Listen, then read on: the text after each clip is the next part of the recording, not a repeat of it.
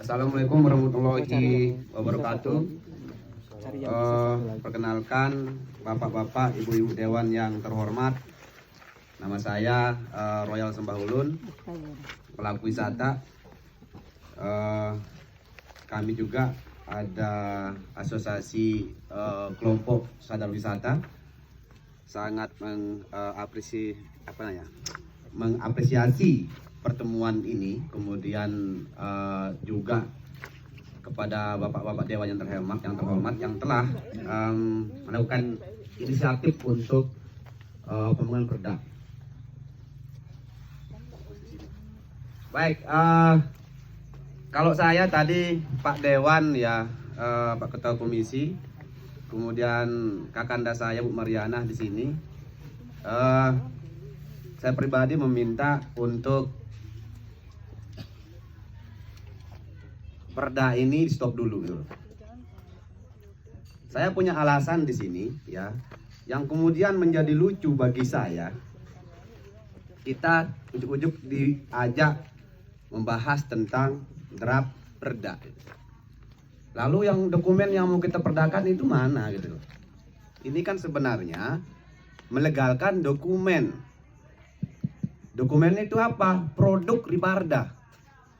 Pak Sertis tadi menyampaikan, Riparda itu dibuat tahun 2015, yang tentunya data dan isi-isinya tidak relevan lagi. Karena apa? Itu sudah 5 tahun loh.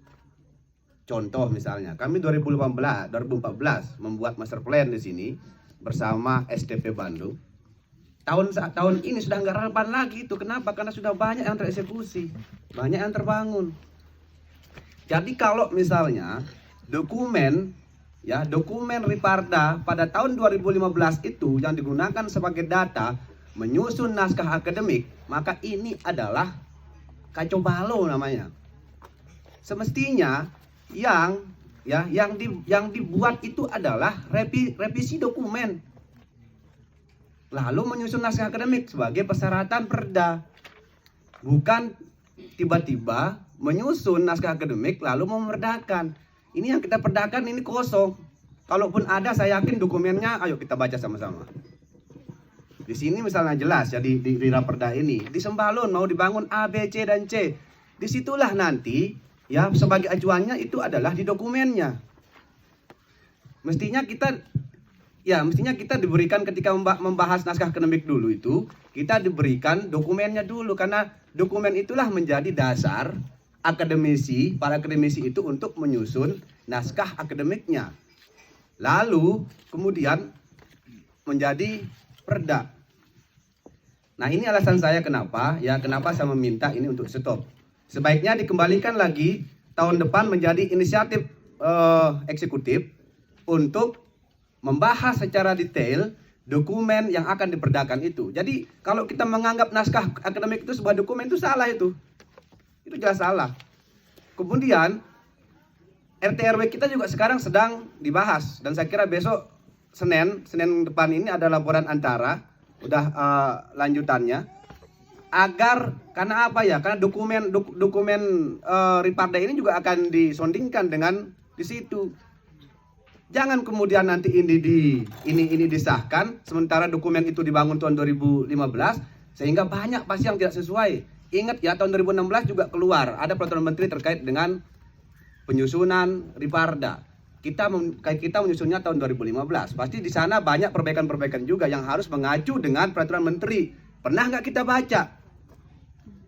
Nah, karena itu sekali lagi Pak Dewan yang terhormat ya, anggaplah ini kita produk gagal tahun ini. Tetapi kalau kita benar-benar ingin membangun Lombok Timur secara utuh, maka kita jangan salah nanti. Kita perda, kita sahkan tapi ompong, percuma. Karena itu sekali lagi saya sampaikan bahwa dokumen yang harus disusun, kemudian naskah akademik lalu menjadi perda, baru keren. Yang kita akan diskusikan mestinya di masing-masing destinasi itu adalah kita turun bertanya tentang apa potensi, apa yang kita kembangkan, strategi apa, kelembagaannya bagaimana. Itu yang harus dituangkan dalam bentuk dokumen. Barulah kita berbicara tentang perda yang mengikatnya. Sehingga nanti di dalam menyusun master plan itu juga tidak salah, karena itu harus mengacu kepada dokumen tadi. Jadi mungkin itu Bapak Dewan, mohon maaf, saya juga cinta Lombok Timur, ya sebelumnya saya juga bergerak konsen di pariwisata, sehingga saya juga tidak mau ketika misalnya kita memiliki perda tetapi tidak dapat dijalankan karena dokumennya sudah tidak layak untuk diperdakan. Sekian, terima kasih. Assalamualaikum warahmatullahi wabarakatuh. Waalaikumsalam warahmatullahi wabarakatuh. Terima kasih Mas Roya. Saya rasa sebenarnya